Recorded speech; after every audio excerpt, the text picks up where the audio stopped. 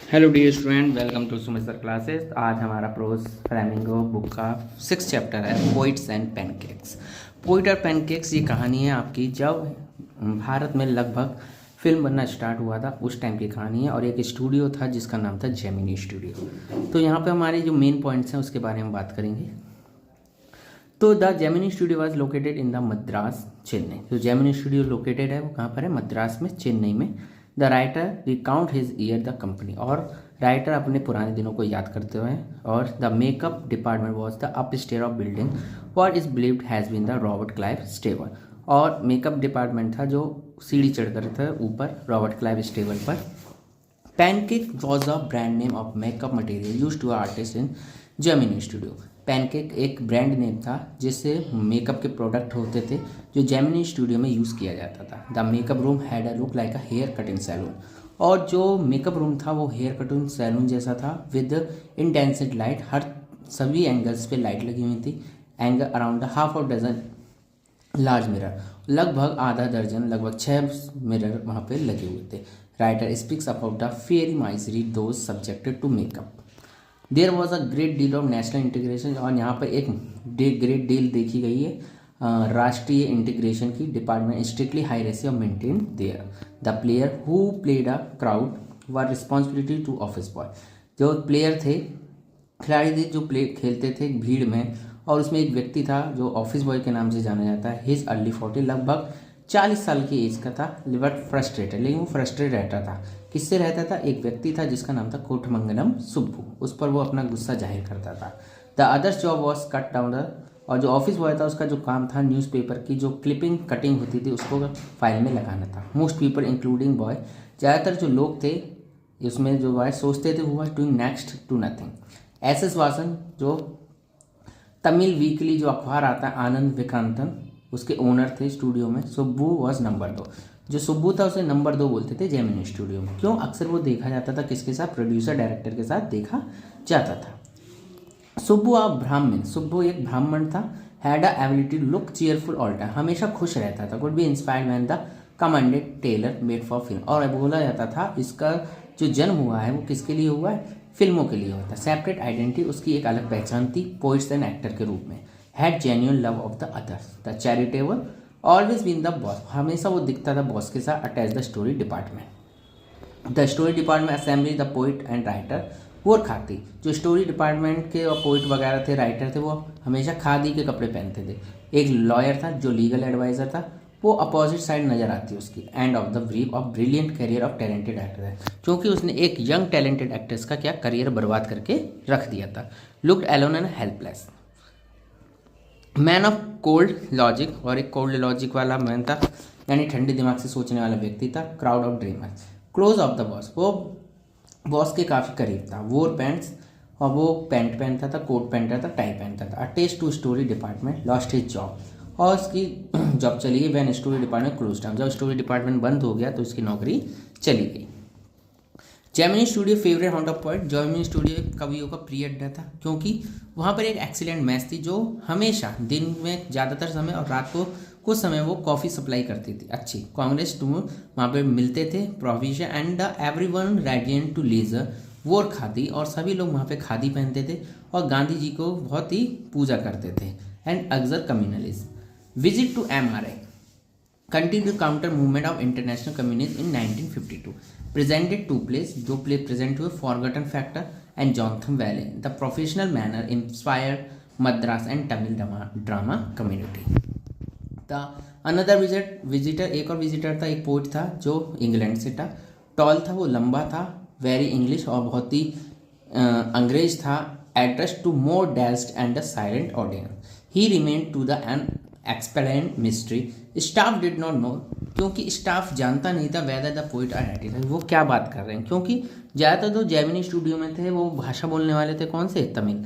लेकिन जो English man आते थे वो अंग्रेजी, तो उनको बातें करने में, कम्युनिकेशन में बहुत ही क्या आती थी? प्रॉब्लम्स आती थी। Author conviction the prose writer, prose writing is a patient. Prose writer बहुत ही धैर्यशाली कार्य था। And persistent preserving truth, short story content British periodicals encounter the found in British Council library. Almost untouched by reader, जो untouched reader के द्वारा discovered Stephen Spender the editor. The author brought to the good and failed year of the sixth essay describing the distinct six movement pattern of Stephen, one of the most, उसमें Stephen Spender एक उनमें से एक थे, suddenly realised the elements of the Gemini studio.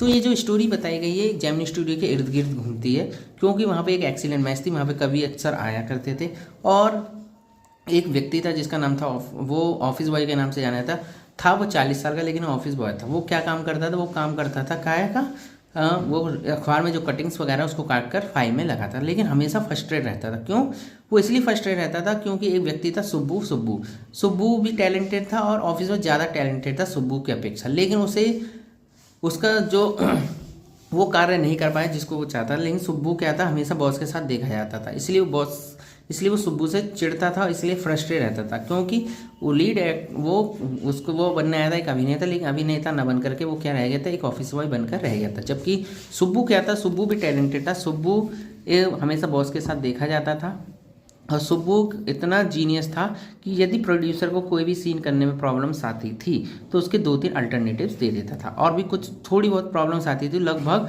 उस scene को करने के लिए वो कम से कम 14 अल्टरनेटिव्स दे देता था, जिस तरीके से वो अच्छे से क्या करता था, एक्टिंग भी करता। हमें वो कभी भी लीड रोल में नज़र नहीं आया, लेकिन आया था कैसे, एक साइड रोल में नज़र आया था। ठीक है, तो वहाँ पे एक लीगल एडवाइज़र था, लीगल एडवाइज़र में एक यंग एक्ट्रेस का करियर बर्बाद कर दिया था। क्यों, जब वो एक्ट्रेस उसके ऊपर थोड़ा सा तेज व्यवहार कर दिया था, तेज बोल दिया था, तो उससे उसे चुपके से उसने क्या कर दिया था, एक रिकॉर्डिंग इक्विपमेंट स्टार्ट करके और वो पूरा प्रेजेंट कर दिया था, जिसके कारण उस यंग एक्ट्रेस का क्या हो गया था, बिल्कुल करियर बर्बाद हो गया था। तो ये स्टोरी इसके अंदर बताई गई है। तो मुझे लगता है कि आपको ये स्टोरी अच्छे से समझ में आई होगी, और ये स्टोरी आप एक बार सुनना, और ये जो इसके की फैक्ट है उसको पढ़ना। ठीक है, तो की फैक्टर जो मेकअप डिपार्टमेंट में, तो ब्रांड नेम जो था makeup material broad Gemini studio में ट्रक लोड करके लाया गया था। Use to design looking artist को लुक देने के लिए उसका यूज़ किया जाता था। शूटिंग डन इंडोर, और ये एक बंद कमरे में शूटिंग होती थी। Set of the studio light required, और यहाँ पे स्टूडियो में लाइट जरूरी होती थी। Project of the face actors of the obstacle pancakes नाम का क्या था, एक ब्रांड था। मेकअप रूम था जो सीढ़ियों पर चढ़ कर था। रॉबर्ट क्लाइव इस टेबल पे मौजूद था, और वहाँ पर एक हेयर कटिंग सैलून भी था। एक बहुत बड़े बड़े मिरर्स थे, चारों हर एंगल पे लाइट लगी हुई थी, और माइजरेबल एक्सपीरियंस रहता था। और एक नेशनल इंटीग्रेशन का माहौल था, वहाँ पे लोग मिलजुल कर कार्य करते थे। अलग अलग हेडेड जो था, वहाँ पे हेड था वो बंगाली था, एक महाराष्ट्रियन भी था, द्वार कन्नड़ भी था, आंध्र था, मद्रास इंडियन क्रिश्चियन, तो सब मिलजुल कर क्या काम करते थे। हाईरेसी chief makeup man was the hero, chief makeup man hero था। हीरोइन एंड सीनियर एक्ट्रेस का क्या करता था, वो चेहरे को रंगने का काम करता था। एक ऑफिस बॉय था, नॉट अ बॉय तो नहीं था, लगभग क्या था, वो एक 40 साल का आदमी था, जो जेमिनी स्टूडियो में क्या काम करता था, अखबार में जो कटिंग्स आती हैं उसको काट करके फाइल में लगाता था। फ्रस्ट्रेट रहता था हमेशा सुब्बू से। ठीक है, और कोठामंगलम सुब्बू था, वो नंबर 2 बोला जाता था जेमिनी स्टूडियो में। हर पर किसके साथ देखा जाता था, वो देखा जाता था अपने बॉस के साथ, यानी कि प्रोड्यूसर डायरेक्टर के साथ। और ऐसा बोला जाता था कि उसका जन्म किसके लिए हुआ है, कि फिल्मों के लिए ही हुआ है। वो एक अच्छा पोइट भी था, और वो पोएम लिखता था और एक्टिंग भी करता था।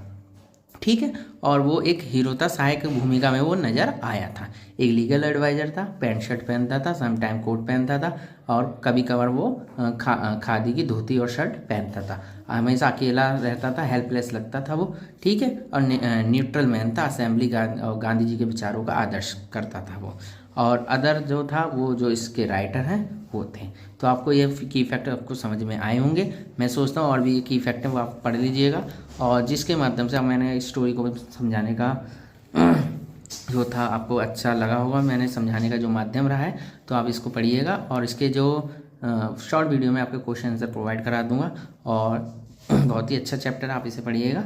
तो सुमित सर क्लासेस को लाइक कीजिए, शेयर कीजिए, सब्सक्राइब कीजिए, और चैनल को ज़्यादा से ज़्यादा व्यूज़ दीजिए। Thank you.